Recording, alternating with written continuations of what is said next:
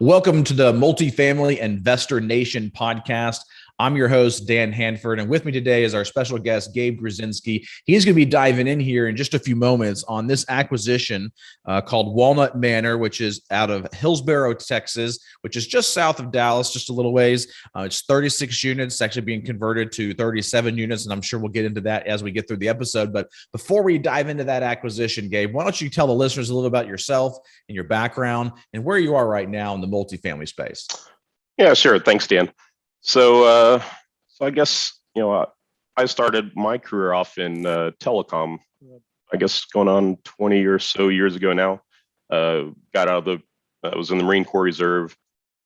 With some of the stuff that I did in the Marines, I worked on guidance systems. So electronics was sort of a natural evolution, and I, sort of found my niche in cellular communications. So up until about 3 or so years ago, that's all that I did.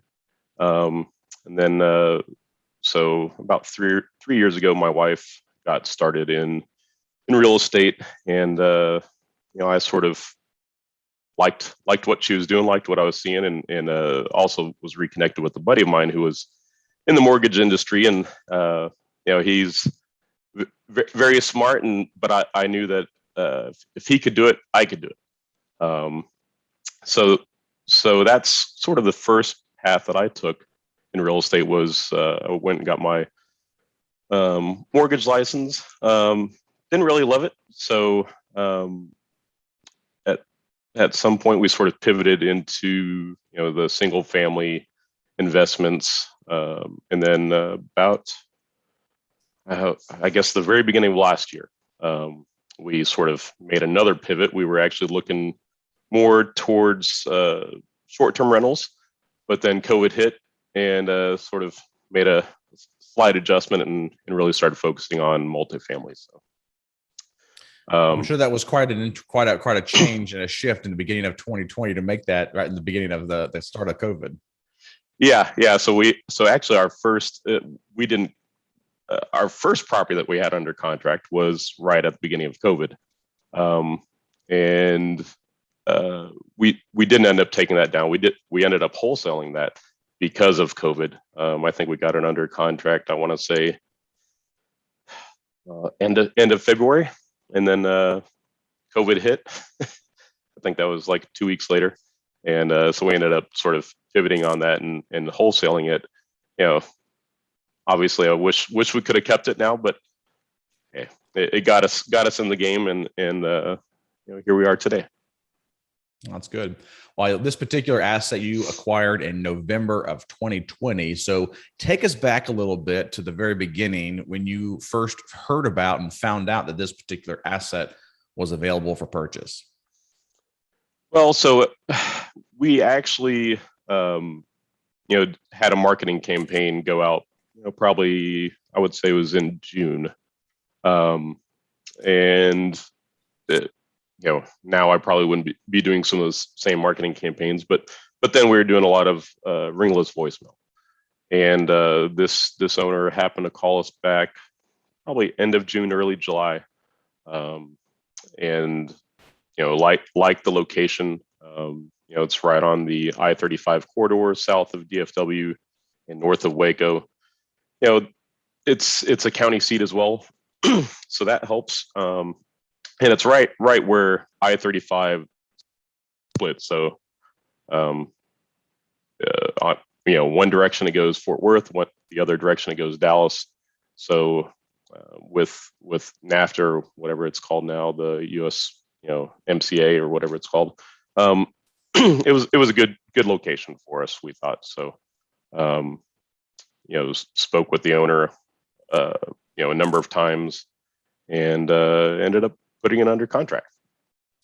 So walk us through the marketing campaign. Is the marketing campaign basically just the ringless voicemails, or there's some additional things that you did with that campaign?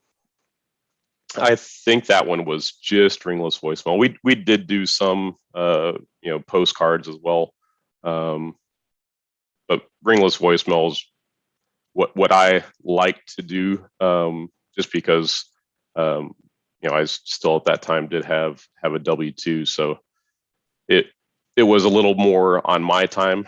I didn't have to necessarily respond right away to things. So just what worked for me. Sure. And with the ringless voicemail, obviously you have to start with a list, right, of phone numbers of these owners. How did you acquire, or how did you kind of cultivate that list? So that was, I would say, mostly from Reonomy, and then they're sort of pre-skip trace, owner info. So with that kind of a list, do you get a lot of them that don't get fulfilled, or I guess completed, because there might not be an actual cell phone number or something like that? Yeah. So you can, I believe they are filtered by, they have, a filter for landline and cell.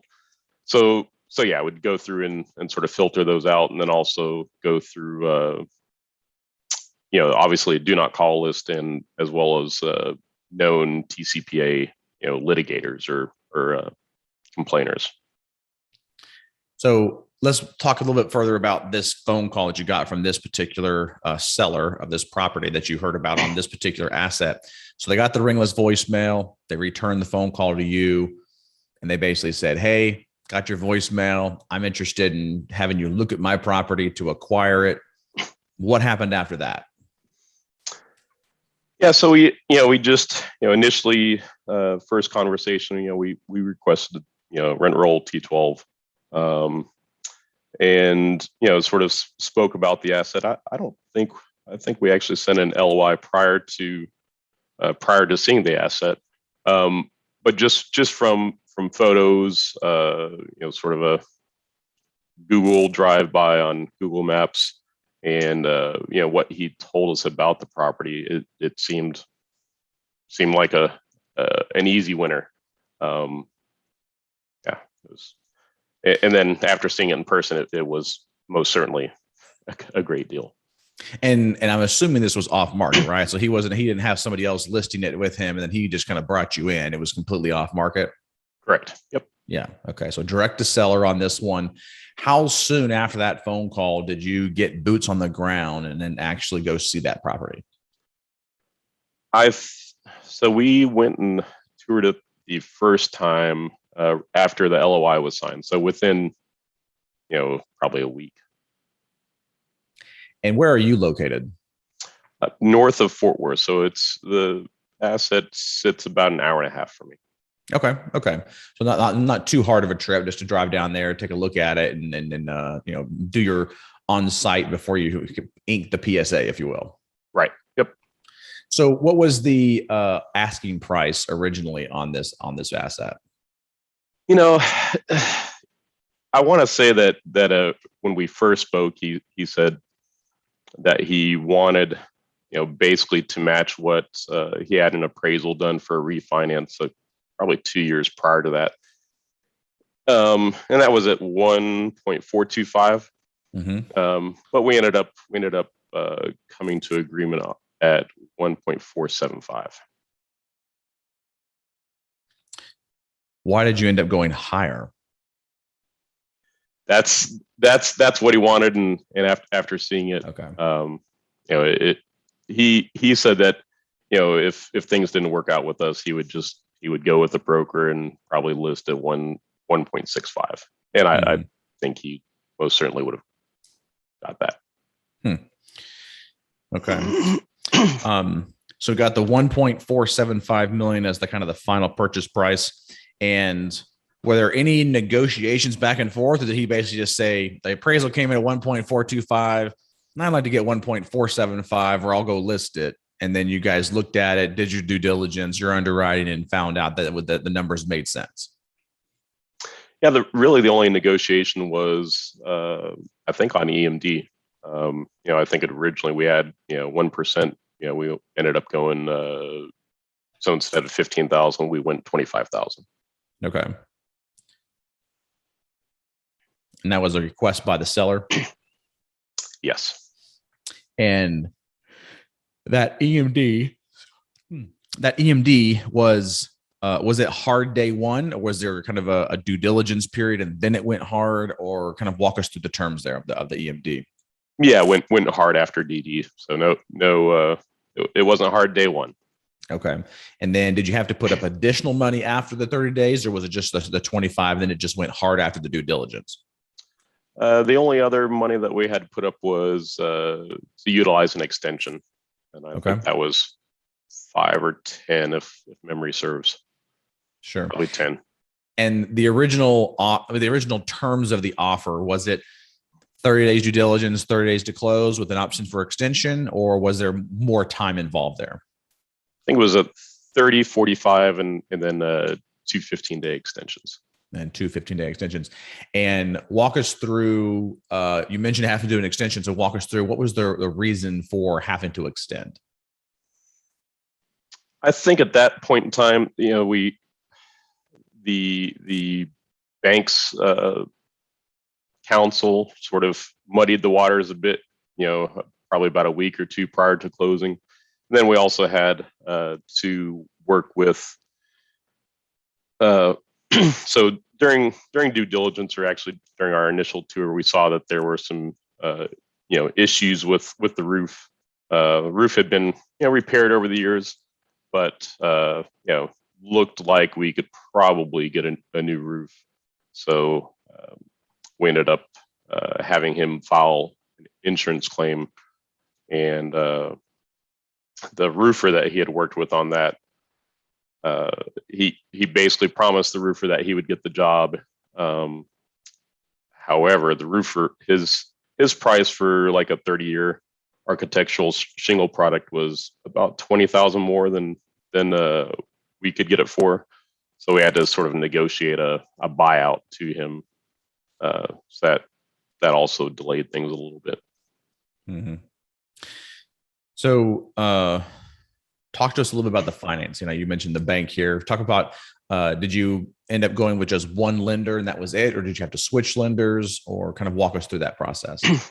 Yeah, so we ended up going with the local community bank there that already had the loan, so they were familiar with the asset, and didn't have issues. The occupancy on takeover was, I believe, 69%. So and there's a reason behind that, but yeah, that's who we ended up going with. And terms aren't the best, obviously, but it was probably the easiest, the path of least resistance. Sure. And what were some of those terms that you were able to get on the financing?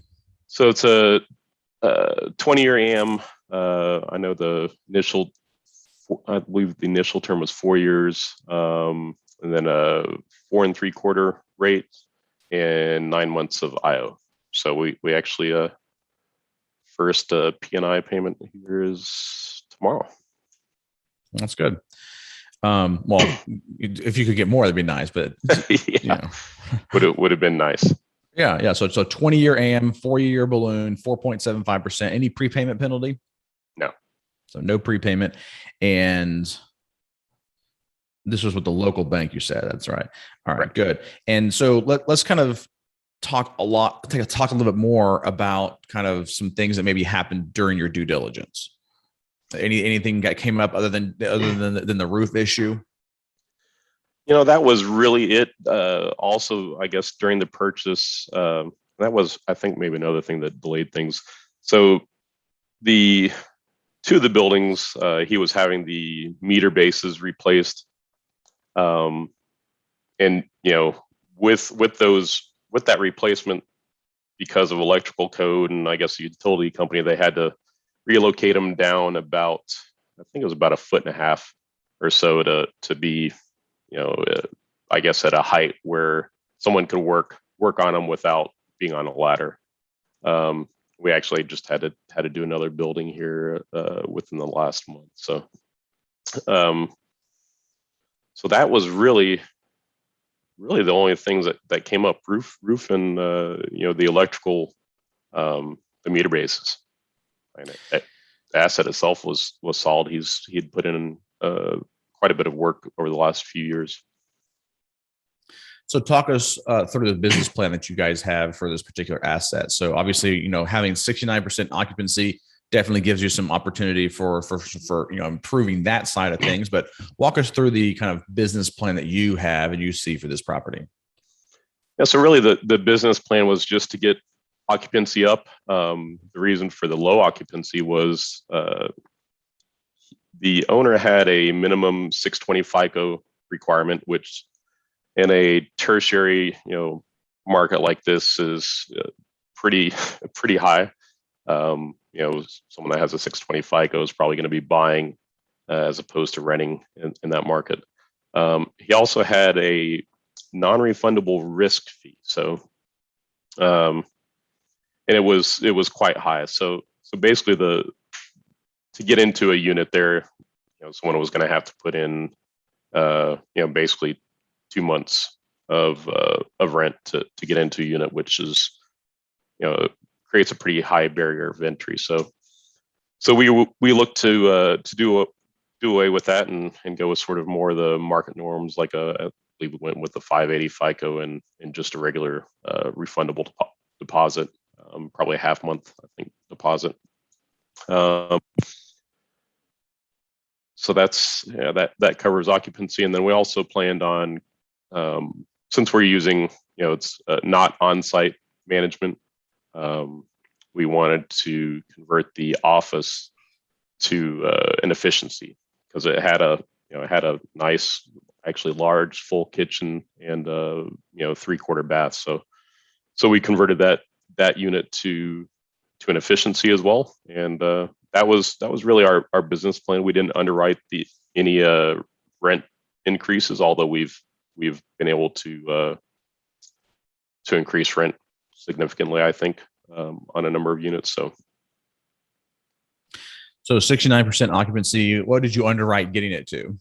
I believe we underwrote getting it to, per CoStar, I think we were looking at 92% market occupancy. We're at 100% right now.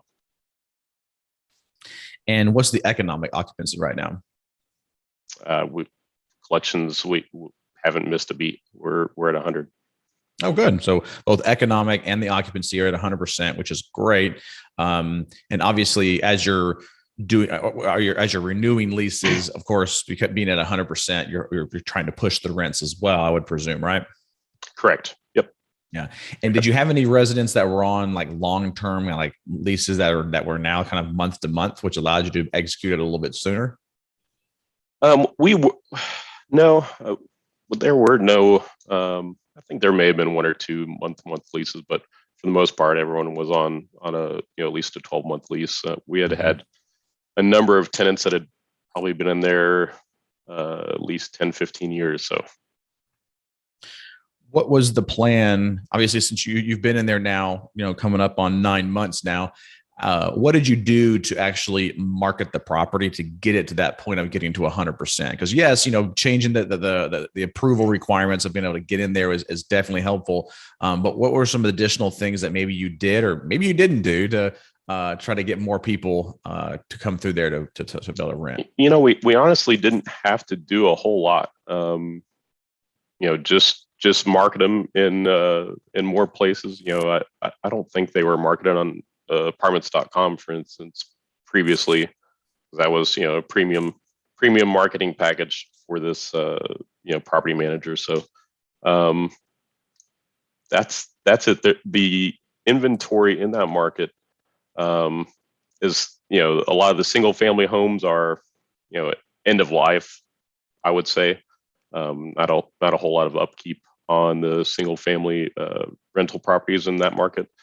And then a lot of the apartments, just aren't well kept either. So, I think we have probably one of the nicer properties, not, nowhere near the biggest, but it's probably one of the nicest and best kept.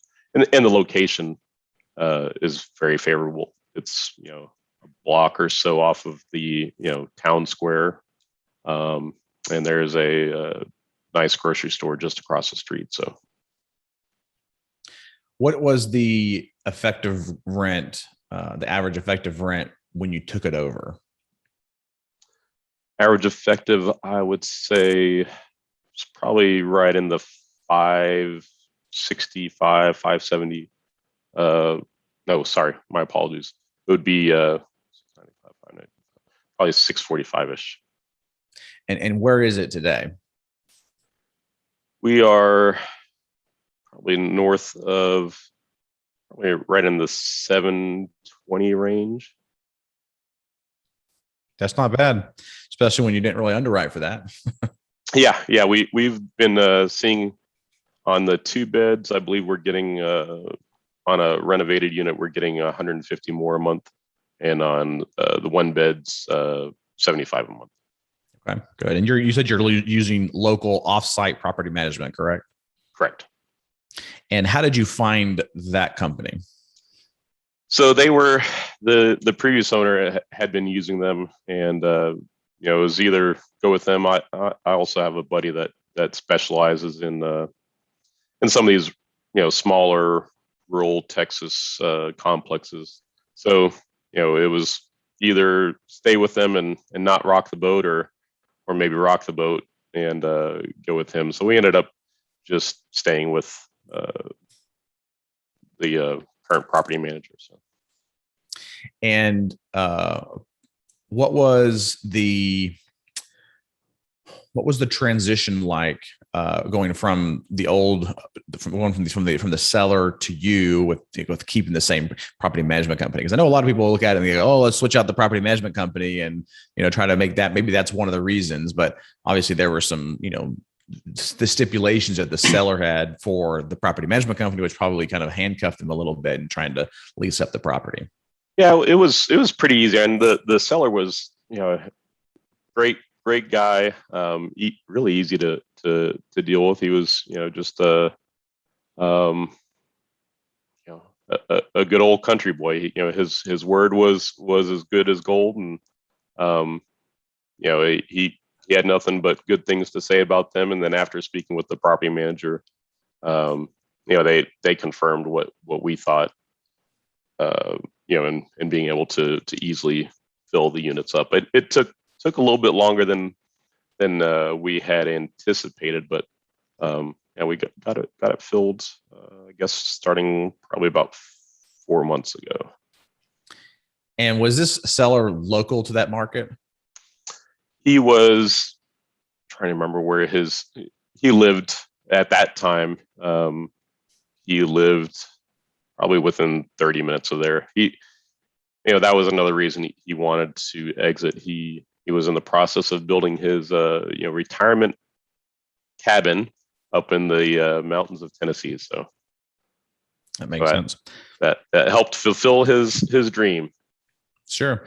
And walk me through the renting process or the rental process for a prospective renter when you have offsite management. What does the management company do? Do they actually meet the prospective resident on site, or do they have a model unit that somebody can just go into and they leave the key in a box or something like that? What's the process that they use to be able to allow prospective renters to see the property? Yeah, on a normal day-to-day, they would meet them on site. So they would fill out an app online, and then meet them on site. So I believe there have been a few times that they've probably left a lockbox with keys for a unit, but generally speaking, they meet them on site. Okay, yeah, that definitely makes sense there. Now, how did you end up structuring this deal with your investors? So this was it's a 80-20 split.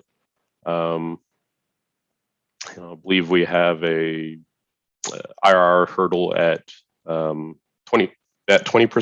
It goes to 50-50. No pref, just straight 80-20. Oh, yeah, sorry, 7 pref. Okay, 7 pref. And so 7% pref, 80-20 IRR, secondary IRR hurdle at 20%, and then it goes 50-50. What were the projected returns on this one? Projected returns, let's look back here. I want to say that I'm probably looking at the wrong thing. Yep, I am. Sorry, So we're looking at on a 5-year hold. I believe we were looking at 22% IRR, 9% cash on cash, and right around a 2.4 equity multiple. 2.4, you said? Correct. It's not bad for a 5-year hold there. No, I think we're going to exceed it. I think we'll be looking to exit probably within the next 6 months. Wow, that's good. And what was the overall equity check on this one? 500,000. And let's see, so 500,000. And how many investors did you actually end up having in this one? 9. So 9 investors. And the minimum investment was what, 50,000? 50, yeah. Yeah, 50, somewhere around there. Good. Great. Well, can you think of anything else throughout this acquisition that might be interesting for us to talk about that maybe we haven't covered just yet? I mean, really, the trickiest thing was working through, sort of a payoff with the roofer who had worked with the insurance company, and he wanted to recover what he felt was his investment into that. So it was a little more than we would have wanted to have spent on that. But we ended up saving, like I said, I think $20,000 on the roof. So a few $1,000s made sense. Sure. No, it definitely makes sense. So at the end of the day, the insurance was able to replace it, right? The seller assigned the policy or the benefits to the claim for you. Yeah, he actually received the check probably a week prior to closing or within a few days of closing, and basically just gave us a check. It didn't cover the full cost of the roof, but it covered, let's say 60%, 70%. Okay. Now, did the lender require you to replace the roofs? No. Okay. So they weren't requiring it, but you guys knew it needed to be done. Yeah. And how soon after closing did you execute on getting the roofs done? The roofs were done. So we closed first week of November, and the roofs were done probably about 30, 40 days later. Okay. So in December. And so the rest of that 40% came out of the 500,000 that was raised from investors, as far as like a CapEx expense or whatever. Yeah. Okay, good. Well, I got 2 final questions for you. I think I know answers to both of these, but I'll let you answer to see what you say. So the first question is, what did you find that was kind of easier during this entire process that maybe originally you thought was going to be a little bit more challenging? Well, I would say the lending went actually a little bit easier than I would have anticipated. Just staying with the local bank, they were relatively easy to work with up until their outside counsel got involved and sort of muddied things up. I think that was relatively easier, especially looking back, having sort of gone through the process on another deal or two. It was relatively easy. Mm-hmm. And the opposite of that, contrasting that, is what did you find was harder than originally expected that maybe originally you thought was going to be easier? Since we've been in it a while, I really thought we would have filled up the units a little quicker than we did. The way that we turned some of the units there initially, we probably would have liked to have got those knocked out a little quicker. So that's probably what was harder, was just not meeting expectations. I figured 2-3 months maybe, and we'd be pretty much filled up, but took a little bit longer to lease it up after that, huh? Yeah. Well, let me have you take an opportunity now to share with the listeners how they can reach out to you if they have further questions for you about this acquisition, or maybe they want to continue to follow you further. Yeah, sure. So you can always reach us on our website, gruszynskicapital.com. It's it maybe look in the show notes. The last name is easier than it looks. You can also reach me at on my cell at 205-531-5304. Then email is gabe@gruszynskicapital.com. Perfect. Sounds great. Well, Gabe, thank you so much for being here with us today, sharing the insights regarding this acquisition. Looking forward to continuing to follow you as you close more deals, and also having you back on the podcast for future episodes as you continue to close more deals. So there will definitely be more in the very near future. Thank you, Dan. Awesome. Thank you so much. Appreciate it, Gabe. All right.